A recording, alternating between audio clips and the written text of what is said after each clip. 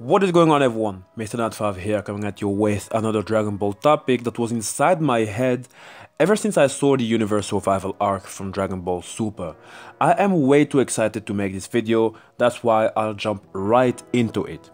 What would happen, ladies and gentlemen, if Goku or Vegeta would cheat their wives CHICHI and Bulma with either Caulifla or her protege, who is basically Broly, into a woman's body and impregnate them?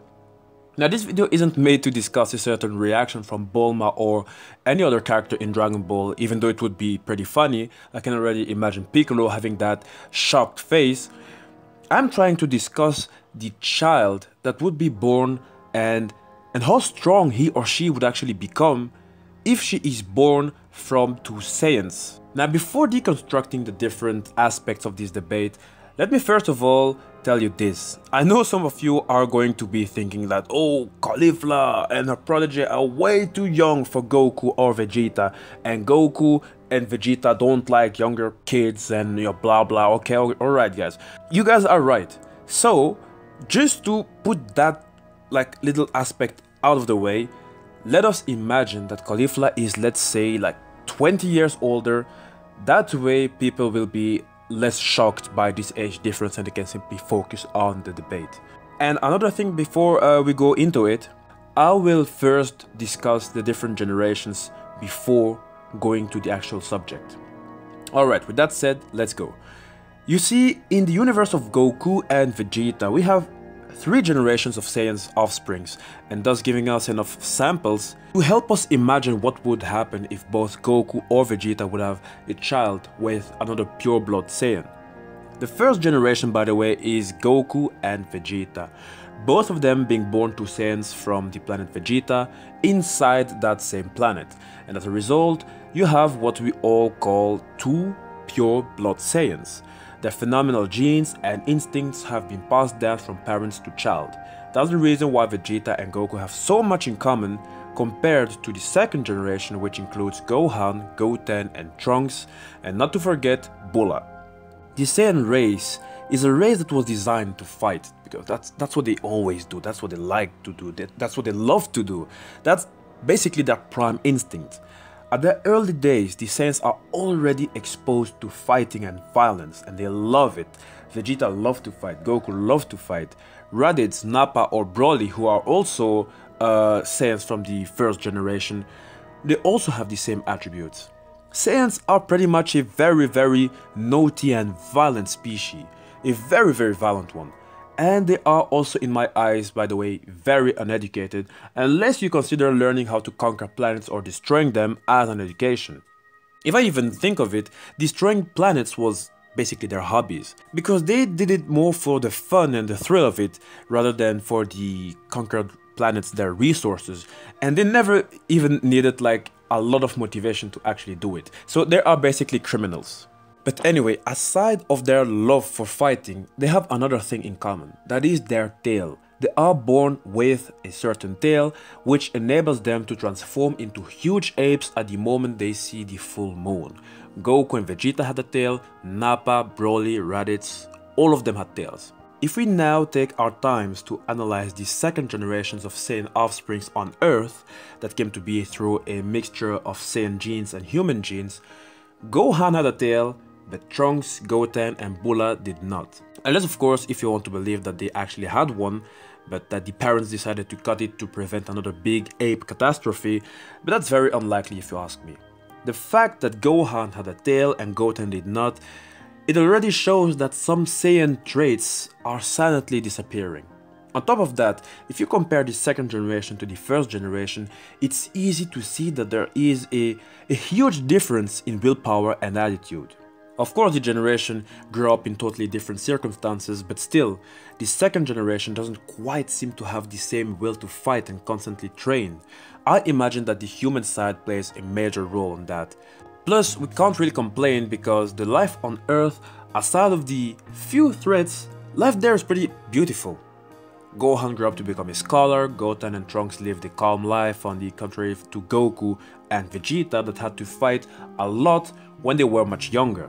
For Goku, it didn't even matter if he grew up on Earth. The entire Dragon Ball series shows us Goku's adventures when he was a kid, and it only showed him training and fighting many opponents and thus becoming much stronger. I guess that it's a fact that the Saiyan trait is silently but certainly fading the more the Saiyan blood is mixing. Pan makes on her own the third generation of Saiyans on Earth. Of course, the little girl she is, she still has to grow up. I don't know how Toriyama is going to develop her story, if he even is going to develop her story, but there have been a lot of discussions involving Pan. People asked whether she could become a Super Saiyan or not. Let me say that Pan is more human than she is a Saiyan, so I'd rather doubt this question. Now, if you consider Dragon Ball GT, Pan did not have the same attitude as the first generation. They almost had like no similarities. But she did have a lot of similarities to the second generation. She had fighting skills, but fighting was never ever her priority, just like Goten, Trunks, Gohan and Bulla in Dragon Ball GT. She had other passions than fighting. But now, when you check Caulifla, she comes from a totally different universe and developed differently than Goku and Vegeta, even though she is Saiyan. As far as we know, she had no tail at birth, meaning that she probably has no idea of transforming into a huge ape. But I do notice that she has a huge thirst for fighting. She really does love to fight, she loves a challenge. She definitely has more than enough similarities to Goku and Vegeta, and I myself can really see the Saiyan traits, the Saiyan attitude when I see Caulifla. And on top of that, she has mastered Super Saiyan and Super Saiyan 2 in one episode. So what if Goku or Vegeta ended up having a child with either her or another Saiyan woman capable of transforming just like she can? What would the child look like and how strong would he or she be?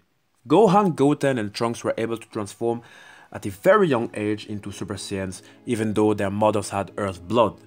Would there be a difference if the mother was a Saiyan who has the ability herself to transform into a Super Saiyan, or let alone Super Saiyan 2? I consider this to be a very interesting question because the way I see it, before Dragon Ball Super we had no idea of women being able to transform into Super Saiyans, but now that we have examples, it made me like question the entire Saiyan genes. I mean, it could be very interesting. Because, and now I might sound a little bit dramatic, but at some given point, I believe that the Saiyan blood on Earth will die out eventually. As it goes, I am surprised that Goku Jr. and Vegeta Jr. even had the ability to transform into Super Saiyans. Yes, I know Dragon Ball GT wasn't canon at all, yes, I know. But canon or not, that didn't stop them to become Super Saiyans, so let's discuss it. First of all, becoming a Saiyan is already very rare. That's what Vegeta said. It was, I think, like 1 in a million that ever turned into Super Saiyans. The way nature goes, the more your blood is going to mix, the more chance that you'd either gain something or lose something. And in this case, it should normally be losing. So I'm very curious to find out how the child will come out. Anyway, chances might exist that the kid will have a tail, but how huge are the chances? I guess that the chances of the kid having a tail is maybe 50-50 because everyone in the planet Vegeta was born with a tail, and I imagine that in the planet of Caulifla that no one was born with a tail. So it's probably going to be 50-50. It might be just like Gohan and Goten, where Gohan had a tail and Goten didn't. I'm sure that the tail is going to be 50-50, but I'm sure that the kid will have a strong will to fight and would probably have a huge natural strength and fighting skills, but might have a lot of difficulties transforming into a Super Saiyan now that I think of it. Because if I have to look back at Dragon Ball, half Saiyans were capable of transforming way quicker than pure blood Saiyans. Gohan was the first to reach Super Saiyan 2, and Goten and Trunks were the youngest to reach Super Saiyan, while Raditz, Nappa, Bardock and most of the other Saiyans never even reached the ability to transform despite being constantly exposed to fighting. But at the same time, and this really comes from my heart, Dragon Ball power scaling didn't always make sense, almost never. How can you even explain that Vegeta or Goku at the age of Teen Gohan, that they already had more than twice of Gohan's fighting experience and turned into Super Saiyans so late? And how can you explain that Caulifla ended up transforming into Super Saiyan 1 in just one episode without even having mixed emotions or like, you know, these terrible events that makes her go angry. She didn't have to go through this process of being very angry to transform into Super Saiyan 2, just like Gohan had to back in the days against Cell. So a lot of things don't make sense in Dragon Ball, and that's why I'm also a bit troubled when it comes to imagining the child that will come out, Caulifla, if Goku and hers were to mate. That alone really gives me so many question marks. So I've got like no ideas, and that's why I'm making this video. I'm hoping that you guys can help me out with your opinions. Your comments is definitely going to help me out, so please leave your thoughts, and I'm hoping that you guys are going to share this video. I hope that this video is going to reach GEEKDOM101. I am a huge fan of his, and I have to say that he is an expert. I have to even to say like the expert on deconstructing Dragon Ball. So hopefully this video is going to reach him, and I hope that he's going to give us his thoughts on this matter.